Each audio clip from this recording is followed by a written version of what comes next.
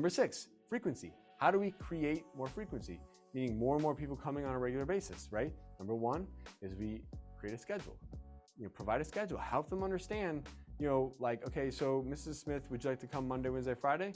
Perfect. All right, I'm gonna put you down. Make them feel like there's some sort of a commitment that they, like, okay, I told, the receptionist lady will do Monday, Wednesday, Friday, but like, my point is like, help them help you create a schedule for their loved one so they have a plan.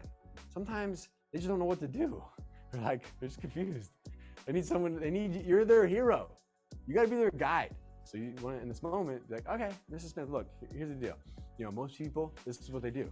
They start out 3 days a week, then they go to 5. Or maybe they start out 2. Kind of gauge their thing, but like, hey, this is what most people do. We start them out in 2 days. Why don't we try Tuesday, Thursday? And then if she likes it, we'll do more. Then we'll do more days, right? But how do I kind of create this like sense of like, oh, okay, like there's a schedule. I need to stick to the schedule. How do I lead them to that? Number 2 is you offer transportation. By offering transportation, that gives you a little bit more, I don't say control, but like a little bit, there's a greater chance that they're coming if you're providing transportation because you're picking them up and they're on the schedule, right? So it's going to be less likely for them to call out.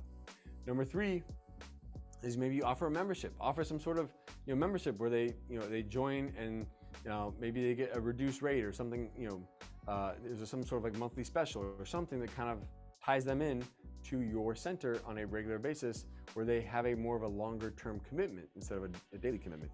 Number 4 is you could offer additional services by just making things easier.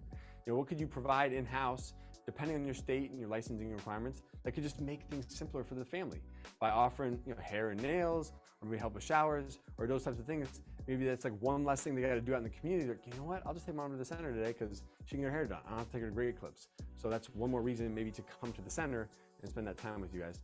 And number 5 is you could offer reduced rates for like if people come more often, right? I hate the idea of discounting care. That's not what I'm trying to do.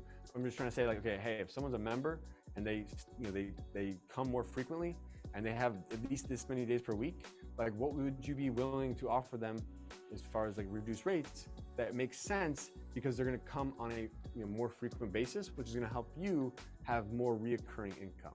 Hey guys, thank you so much for joining me. If you'd like to learn how to open your own adult daycare center, go to adcpro.com. If you'd like the latest business tips, click here, and make sure you subscribe to our channel. Click here. We'll see you guys next time.